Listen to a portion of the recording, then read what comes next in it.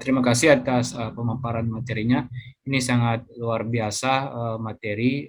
Saya harap rekan-rekan, Bapak Ibu, mahasiswa menyimak dengan baik materi tadi. Di kolom chat sudah ada yang mengajukan pertanyaan, baik itu sudah menyebutkan pertanyaannya secara tertulis dan juga mengajukan saya izin bertanya. Saya coba memanggil Bapak yang pertama, Bapak Abdul Khoir tadi sempat menanyakan terkait dengan beberapa pertanyaan. Apa bisa langsung disampaikan secara langsung, Pak Abdul Khoir? Pak Abdul Khoir monitor. Kalau enggak, saya coba bacakan beberapa inti dari pertanyaan Pak Abdul Khoir. Pertanyaan pertama begini, apakah masih perlu Undang-Undang Migas yang baru? Sebab sudah ada Undang-Undang Cipta Kerja. Bukankah diperlukan bukankah diperlukan adalah aturan turunan Undang-Undang Cipta Kerja seperti itu dan seterusnya. Kemudian pertanyaan berikutnya dari Abdul Khair, apakah keberadaan SKK Migas masih perlu dipertahankan? Apalagi bila mengacu pada Undang-Undang Cipta Kerja mengamanatkan BUMK Hulu Migas. Bagaimana rencana tindak lanjutnya dari para stakeholder? Pertanyaan ketiga dari Pak Abdul Khair menanyakan bahwa menurut Pushep, penguasaan migas seperti apa? Karena yang nampak menonjol adalah pengusahaan migas, lalu skema gross split atau cost recovery yang memberikan keuntungan bagi negara. Karena katanya cost recovery selama ini menimbulkan spekulasi markup, sedangkan gross split membutuhkan kontrol negara yang kuat. Mohon penjelasan dari Pak Bisman. Itu pertanyaan pertama dari Pak Abdul Khair. Pak, bisa langsung dijawab terlebih dahulu. Oke, pertanyaan Pak Abdul Khoir ini hampir semuanya masuk di sesi yang berikutnya. Nanti saya jawab semuanya tentang Undang-Undang Migas di materi berikutnya, SKK Migas termasuk penguasaan migas ada di berikutnya. Nah, tapi saya jawab tentang gross split dan cost recovery dulu sebelum yang lain. Teman-teman semuanya, nanti secara panjang gross split dan cost recovery akan dibahas di sesi berikutnya di hulu migas. Jadi pertanyaan nanti bisa dibawa lagi. Tapi prinsipnya begini, semua usaha itu perlu modal. Ya kan? Perlu modal. Nah, hanya kalau modalnya itu dibalikin di akhir, itu namanya cost recovery. Tapi kalau modalnya itu diambil langsung saat ada hasilnya, itu gross split. Tapi prinsipnya sama-sama punya modal, itu satu. Yang kedua, apakah betul cost recovery itu lebih boros daripada gross split? Tergantung. Ya kan? Cost recovery itu menuntut adanya good and clean. Adanya tata kelola yang baik dan ada tata kelola yang bersih. Karena potensi markup-nya cost recovery itu tinggi. Tetapi sepanjang tidak ada markup, cost recovery nggak ada yang salah. Dari sisi sistem. Sebaliknya gross split. Gross split itu kan sebenarnya mengambil split dari hasil kotor. Nah, di migas hal ini bisa menarik, bisa tidak menarik. Bisa menarik bagi blok-blok yang sudah pasti ada, misalkan blok rokan. Udah pasti muncrat kok minyaknya, nggak ada masalah. Tapi kalau blok-blok yang belum tentu berhasil, ini investor akan berpikir 62 kali untuk mau menggunakan sistem gross split. Karena apa? Risikonya sangat tinggi. Padahal di migas itu ada eksplorasi yang belum tentu berhasil. Siapa sih investor yang mampu mengeluarkan uang 10 triliun, ya kan? Tetapi nanti kalau ada migasnya, dia tidak mendapatkan keuntungan besar. Nah, oleh karena itu, gross split dan cost recovery itu plus dan minus.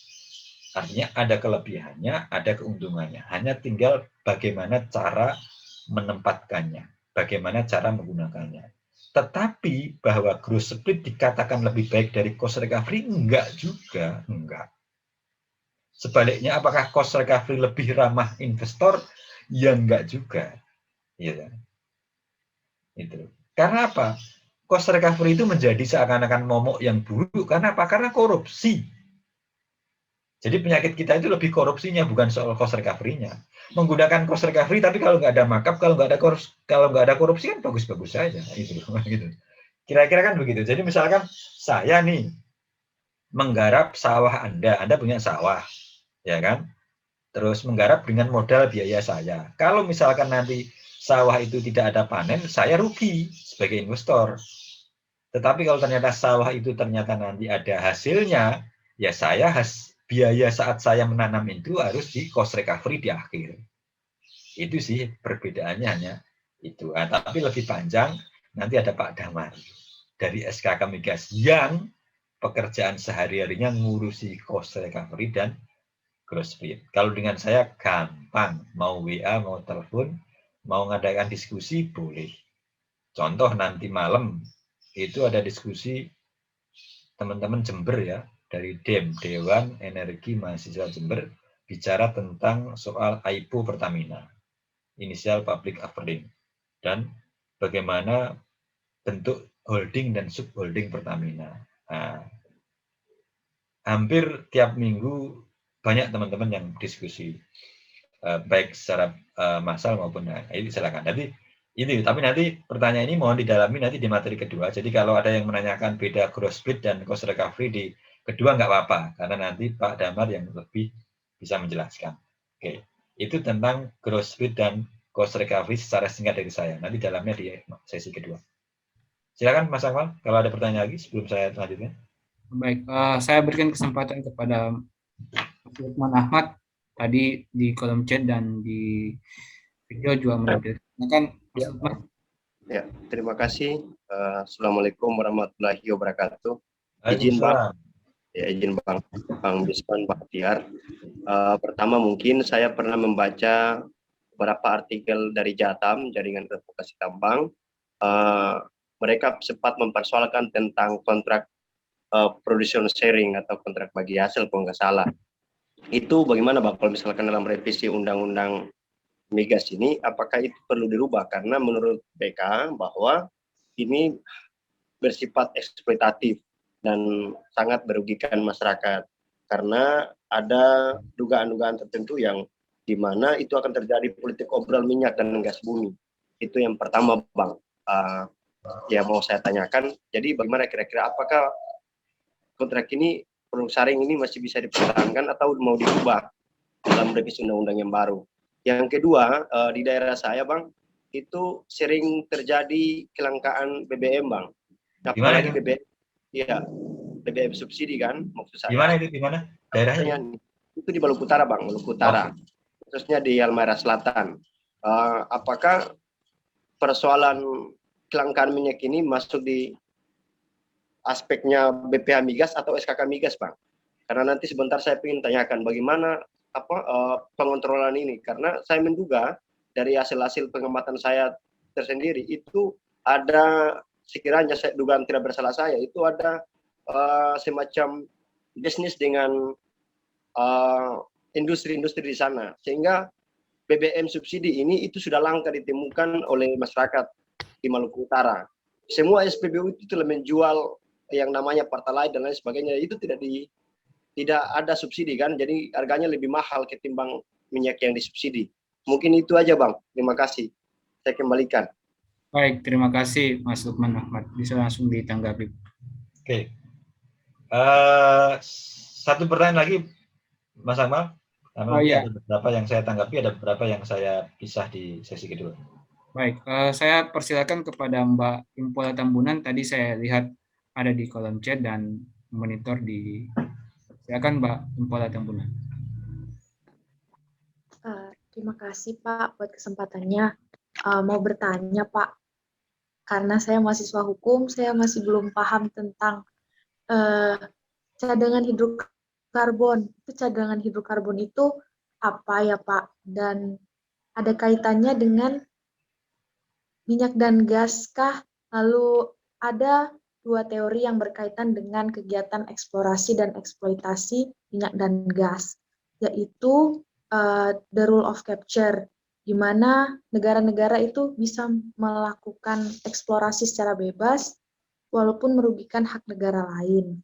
Nah, lalu ada prinsip yang kedua, principle of unitization, yaitu cadangan hidrokarbon itu merupakan suatu struktur yang paling kompleks dan saling berhubungan satu dengan yang lain. Mungkin ada yang Bapak tahu tentang prinsip-prinsip ini, teori-teori kegiatan eksplorasi dan eksploitasi migas ini, dan sehingga kegiatan eksplorasi di satu wilayah sangat mempengaruhi aktivitas sumber daya alam lain yang berkaitan di wilayah tersebut. Nah, saya masih kurang paham, mungkin ada yang Bapak pahami. Gitu Pak, terima kasih banyak Pak. Baik, terima kasih Mbak Impola Tambunan sudah menyimak dengan baik. Silakan Pak Disman bisa memberi. Terima kasih, pertanyaan yang menarik dari Mas Lukman Ahmad. Pertama dari Pak Abdul Khair tadi, masih punya utang 3 pertanyaan, nanti saya jawab di sesi berikutnya. Terus dari Pak Lukman Ahmad, yang pertama adalah soal PSC dan KKKS, nanti sekalian saya jawab di sesi berikutnya. Yang kedua tentang BBM. BBM itu masuk nanti ranahnya Dirjen Migas dan BBM Migas. Jadi kalau mau bertanya nanti di sesi yang siang. Sesi yang habis duhur. Sesi yang jam 1 waktu Indonesia Barat. Mulai, jadi di sana Dr. Insinyur Ahmad Rizal bisa ditanya tentang BBM. Walaupun nanti ranahnya itu lebih banyak di Dirjen Migas, tetapi beliau pasti tahu. Oke. Terus tentang hidrokarbon. Hidrokarbon itu sebenarnya adalah senyawa yang berasal dari blok-blok migas maupun dari hutan. Sebenarnya ini tidak banyak terkait dengan hukum gasnya. Tetapi ini lebih banyak nanti. Saya jawab aja sekalian. Nanti terkait sekalian Pak Abdul Qadir, Pak Lukman, dan Mbak Impola Tambunan. Sekalian nanti ada di materi kami. Waktunya masih ada. Mas Akmal nggak bisa buka lagi untuk sharing screen? Panitia untuk bisa mengaktifkan Pak Bisman sebagai co-host. Nanti sekalian jawab. Oke. Karena agak panjang. Sudah?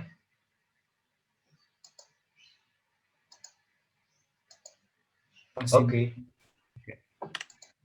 Teman-teman semuanya, sekalian tadi menjawab pertanyaan Pak Abdul Khair, Pak Lukman, dan Mbak Impola Tambunan. Kalau Mbak Impola Tambunan terkait hidrokarbon tidak banyak terkait dengan konteks ini. Jadi nanti hidrokarbon itu adalah juga secara teknikannya di energi baru terbarukan juga masuk. Kok ada garis merah ini? Sorry. Dibuka lagi karena tadi ada garis merah.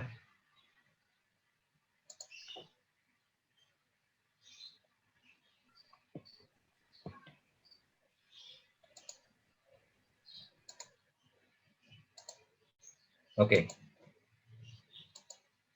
Sudah terbaca? Sudah, Oke. Pak. Teman-teman semuanya, kita akan bahas tentang Undang-Undang Migas dan RUU Migas, karena di dalamnya itu juga materinya terkait dengan yang ditanyakan oleh rekan-rekan semuanya. Yang pertama adalah soal filosofi ini. Kenapa sih kok kita perlu, kenapa sih filosofi Undang-Undang kita atau RUU kita? Termasuk nanti pertanyaan dari Pak Abdul Khair tentang apa sih kok perlu Undang-Undang Migas baru? Kan sudah ada Undang-Undang Cipta Pekerja.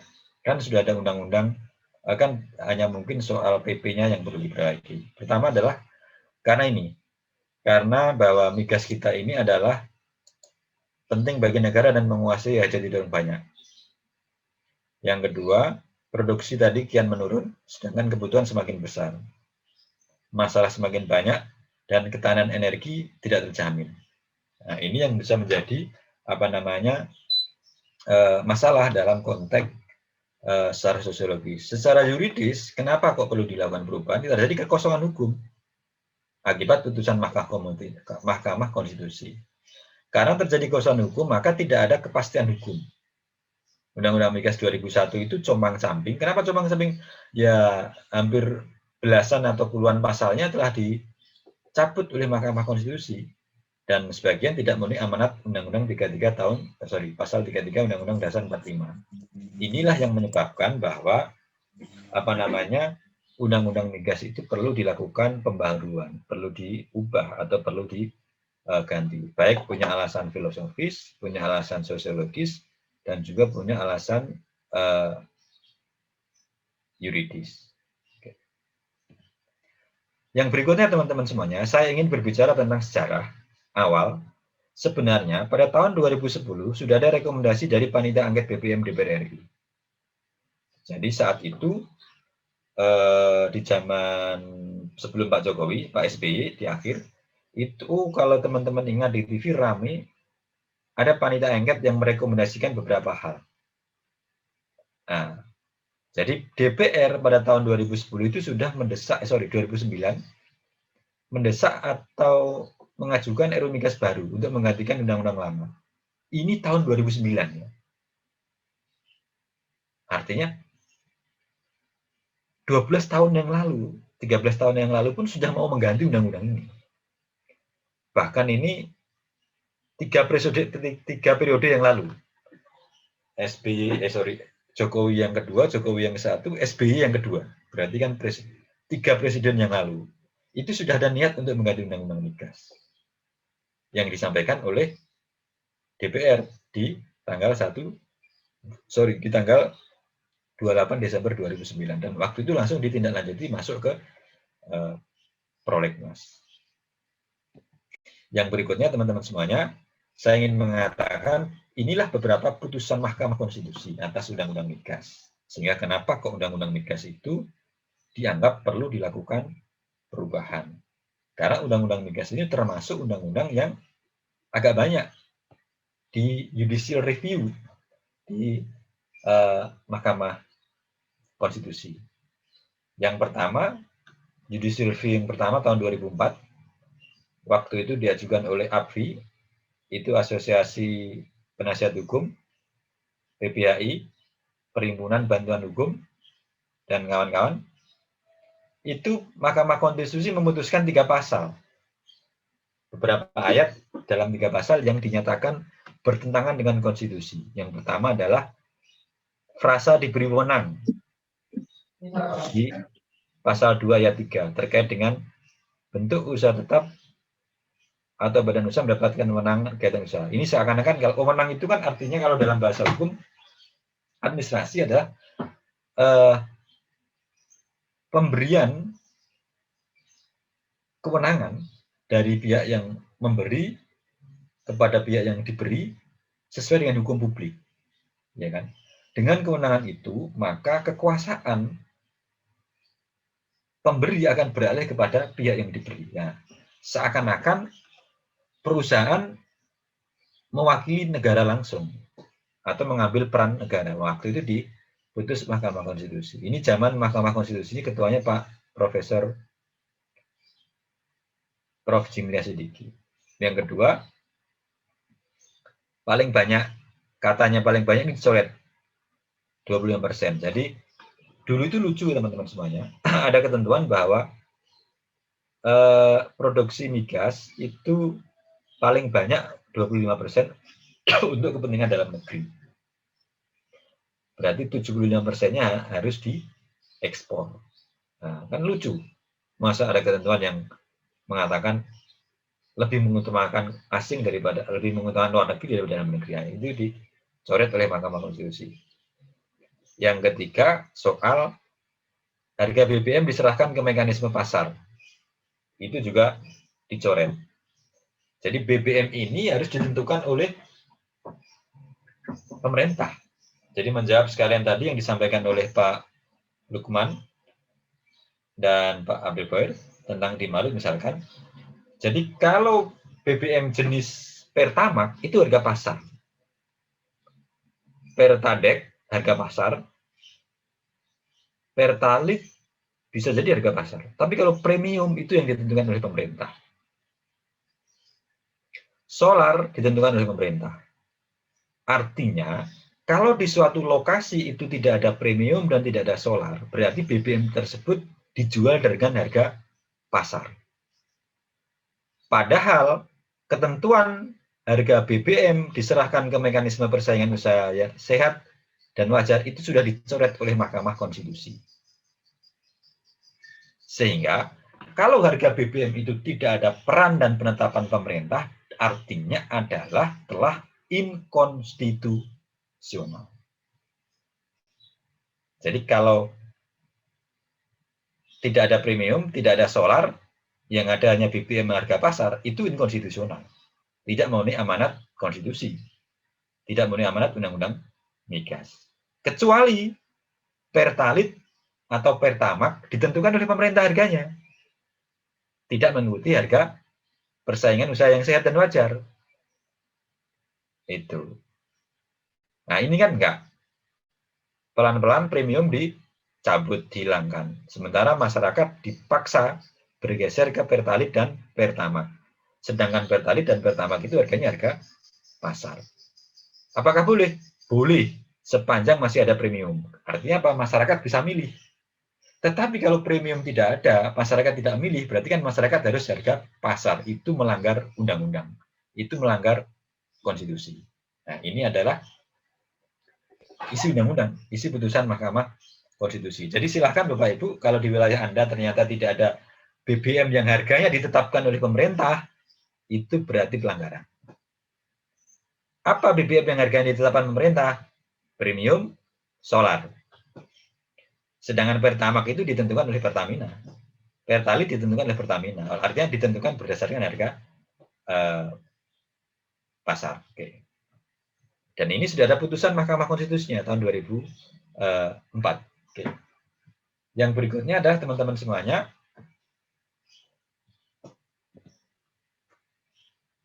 Desember 2007, ini juga maju ke Mahkamah Konstitusi, tapi waktu itu putusannya ditolak. Sorry, tidak dapat diterima. Karena yang menggugat ini adalah anggota DPR.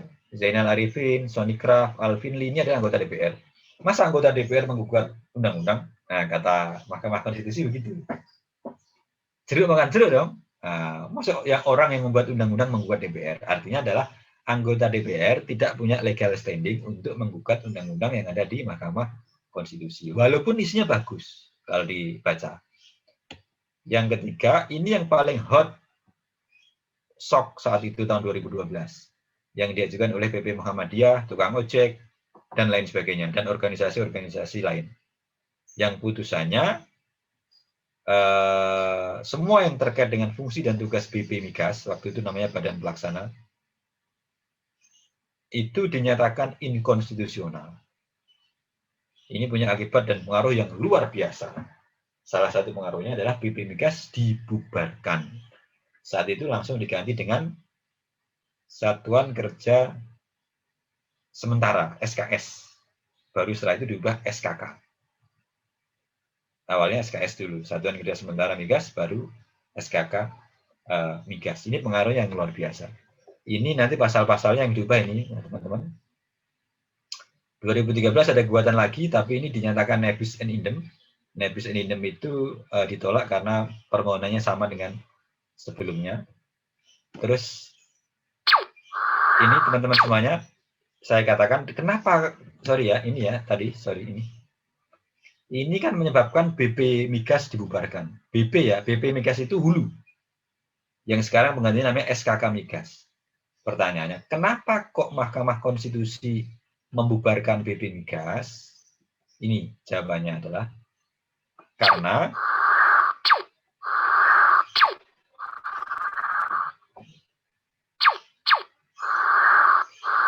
BP Migas saat itu, sebelum tahun 2012, hanya melakukan fungsi pengendalian dan pengawasan.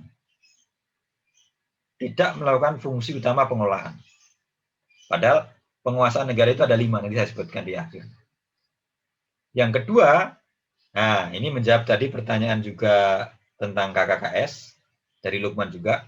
Model hubungan kontrak kerjasama atau PSG antara BP Migas sebagai representasi negara dengan BUPUT. BUPUT ini bentuk usaha tetap atau badan usaha, ini perusahaan maksudnya, dalam pengelolaan migas mendegradasi makna penguasaan negara.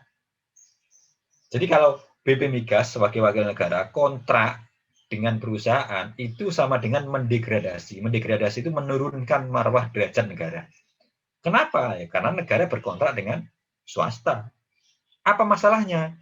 Masalahnya kalau dengan kontrak maka berlaku azas kontrak itu menjadi hukum bagi para pihak. Kontrak itu maka para pihaknya setara. Masa negara setara dengan perusahaan? Dan kalau sudah berkontrak maka dia tidak bisa melakukan apa-apa kecuali sesuai dengan isi kontrak. Nah, yang menyebabkan saat itu dengan kontrak pemerintah tidak bisa secara langsung melakukan pengelolaan dan menunjuk langsung BUMN. Enggak bisa. Yang kedua, setelah BP Migas menandatangani kontrak kerjasama atau PSC, maka seketika itu pula negara terikat pada seluruh isi kontrak. Misalkan begini, kontraknya tidak boleh menaikkan pajak, ya nggak bisa naikkan pajak. Itu. Yang berarti negara kehilangan kebebasannya untuk melakukan regulasi atau kebijakan yang bertentangan dengan isi KKS. Seakan-akan KKS itu lebih tinggi dari kebijakan pemerintah. Seakan KKS ini lebih tinggi daripada undang-undang, daripada PP dan seterusnya. Itu sama dengan pertambangan, kontrak karya dan PKP 2B. Kita waktu negosiasi dengan Freeport, negosiasi nggak bisa berubah semena-mena. Kalau berubah semena-mena ya nanti kena gugatan di arbitrase internasional misalnya begitu. Artinya apa? Kontrak mendegradasi negara. Itu. Yang ketiga, tidak memaksimalkan keuntungan untuk rakyat. Potensi penguasaan migas oleh BUT. Inilah teman-teman semuanya, kenapa saat itu BP Migas dibubarkan. Menurut Mahkamah Konstitusi, hubungan antara negara dengan swasta dalam pengelolaan SDM tidak dapat dilakukan dengan hubungan keperdataan. Kontrak ini adalah hubungan keperdataan. Ya kan? Akan tetapi harus merupakan hubungan yang bersifat publik. Dengan apa? Izin. Nah, yaitu berupa pemberian konsesi atau perizinan yang sepenuhnya di bawah kontrol dan kekuasaan. Oke. Di materi yang dulu, hukum pertambangan, saya bedakan apa sih beda izin dan apa sih beda kontrak. Karena waktu yang mepet, ini nggak sempat kita bedain lagi. Yang pasti dengan kontrak, kedudukannya setara, tapi kalau dengan izin, dipastikan pemberi izin lebih tinggi. Oleh karena itu, izin dikatakan lebih konstitusional. Apakah mungkin perusahaan-perusahaan besar itu langsung mendapatkan izin dari pemerintah? Kan investasinya besar. Nah, itu nanti soal materi RUU Migas. Ya kan? Bisa jadi izin diberikan dulu kepada BUK atau BUMN atau badan usaha. Baru badan usaha itu berkontrak dengan perusahaan-perusahaan yang lain. Oke. Garis bawahnya ini, BP Migas hanya melakukan fungsi pengendalian dan pengawasan. Sedangkan fungsinya Mahkamah Konstitusi itu ada 5.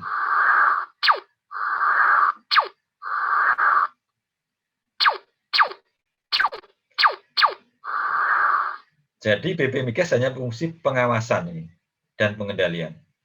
Pengelolaan enggak, kebijakan enggak, pengurusan enggak, pengaturan enggak. Padahal menurut Mahkamah Konstitusi, bentuk penguasaan negara peringkat pertama dan yang paling penting adalah negara melakukan pengelolaan secara langsung. Pengelolaan secara langsung itu harus diartikan sebagai pemilikan saham dan atau terlibat langsung dalam manajemen. Nah, 5 unsur penguasaan negara ini tidak dilakukan oleh BP Migas saat itu. Apakah sekarang dilakukan? Enggak juga. Nah, nanti silakan didiskusikan. Karena waktu habis, saya percepat aja. Pemateri berikutnya sudah hadir, Pak Akmal? Belum ya? Belum, Pak. Oke, saya lanjut. Oke. Berikutnya teman-teman semuanya, ini daftar-daftar pasal yang diputus oleh Mahkamah Konstitusi, banyak sekali ya, yang telah digugat atau telah dimohonkan di Mahkamah Konstitusi dan telah diputuskan. Terus yang berikutnya ini RU Migas. Jadi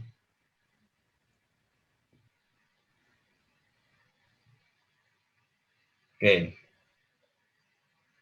Apakah SKK Migas perlu dipertahankan? Jawabannya sudah tadi ya, Pak Abdul Khair. Sudah terjawab. Terus penguasaan migas tadi sudah ya. Ini penguasaan migas. Kemarin BP Migas hanya melakukan fungsi ini, fungsi pengawasan, fungsi pengelolaan tidak, kebijakan tidak, pengurusan tidak, pengaturan tidak. Sehingga dinyatakan inkonstitusional. Sudah terjawab pertanyaan Pak Abdul Khair. Sekarang berikutnya. RU Migas. Nah, di RU Migas ini teman-teman semuanya, apa sih yang diharapkan dari tata kelola migas baru melalui RU Migas? Nanti bisa dibaca sendiri, waktunya sudah habis. Karena satu, ada putusan Mahkamah Konstitusi. Yang kedua, ada mengembalikan kedaulatan negara. Seperti tadi saya sampaikan kan, kenapa BP Migas diubarkan kan karena negara dianggap tidak berdaulat.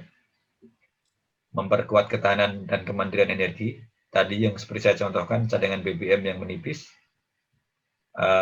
pertumbuhan ekonomi, dan dampak multiplier efek. Terus kita berharap kelembagaan atau perusahaan negara migas yang kuat, BUMN atau Pertamina, pembangunan infrastruktur energi, dan inilah yang diharapkan dari tata kelola migas yang baru. Oleh karena itu, dianggap punya urgensi untuk membentuk undang-undang migas baru. Ini posisi undang-undang migas di antara undang-undang yang lain. Nanti saya jelaskan khusus tentang undang-undang tentang Cipta Kerja. Jadi Cipta Kerja, oke, ini jangkauan RU Migas teman-teman semuanya. Di jangkauan RU Migas ini perubahan pasal-pasal MK, kedua hasil evaluasi dan kebutuhan, serta penambahan materi substansi baru. Terus ini saya ingin menjelaskan ini ya, tapi nggak cukup waktunya. Jadi ini pokok-pokok isu migas tentang penguasaan, tentang hulu, hilir, pengelolaan pengusahaan, ada WKW, sistem kerjasama ini ada gross split, ada PSC, KKKS, gross split, cost recovery, dan sebagainya. Ada DMO, Domestic Market Obligation, ada peran daerah atau PI, PI ini partisipasi interest, ada perizinan, ada puluhan perizinan, bahkan ratusan perizinan, keuangan dan perpajakan, petroleum fund. Petroleum fund itu adalah dana untuk migas yang akan digunakan untuk pendidikan, eksplorasi, dan tadi misalkan mempertahankan hidrokarbon yang disampaikan oleh Mbak Impola Tabunan, karena migas ini adalah berakibat kepada menepisnya rumah kaca, sehingga hidrokarbon itu perlu tangani, dan itu salah satunya bisa dengan petroleum fund. Lingkungan hidup dan sosial ini juga ada kaitannya dengan hidrokarbon juga, soal tanah, lahan, bagaimana pembebasan tanah, soal harga BBM, tata niaga gas, bumi, soal infrastruktur itu pipa, storage, soal usaha penunjang dan pidana. Saya ingin menjelaskan ini teman-teman semuanya, hampir dipastikan tidak cukup waktunya. Oleh karena itu saya berharap teman-teman kapan-kapan bisa diskusi kembali, kita pecah satu-satu ini. Untuk apa? Untuk ini membahas. Nah, ini kalau di RU Cipta Kerja, ini kita RU Migas, PUK Migas. Ini konsepnya lengkap. Sedangkan di Cipta Kerja ini hanya konsepnya BUMNK, sedangkan turunannya tidak ada. Jadi di Cipta Kerja pengaturan migas itu sangat minimalis. Jadi tidak cukup mampu menjawab tantangan dan masalah undang-undang migas. Oleh karena itu lebih bagus memang diatur di undang-undang sektoral. Kami punya perbandingannya, Bu Syed pernah punya penelitiannya, apa perbedaan undang-undang migas, Undang-Undang Cipta Kerja, dan RUU Migas. Kita punya. Silakan nanti bisa diakses di website kami juga ada, kalau nggak salah.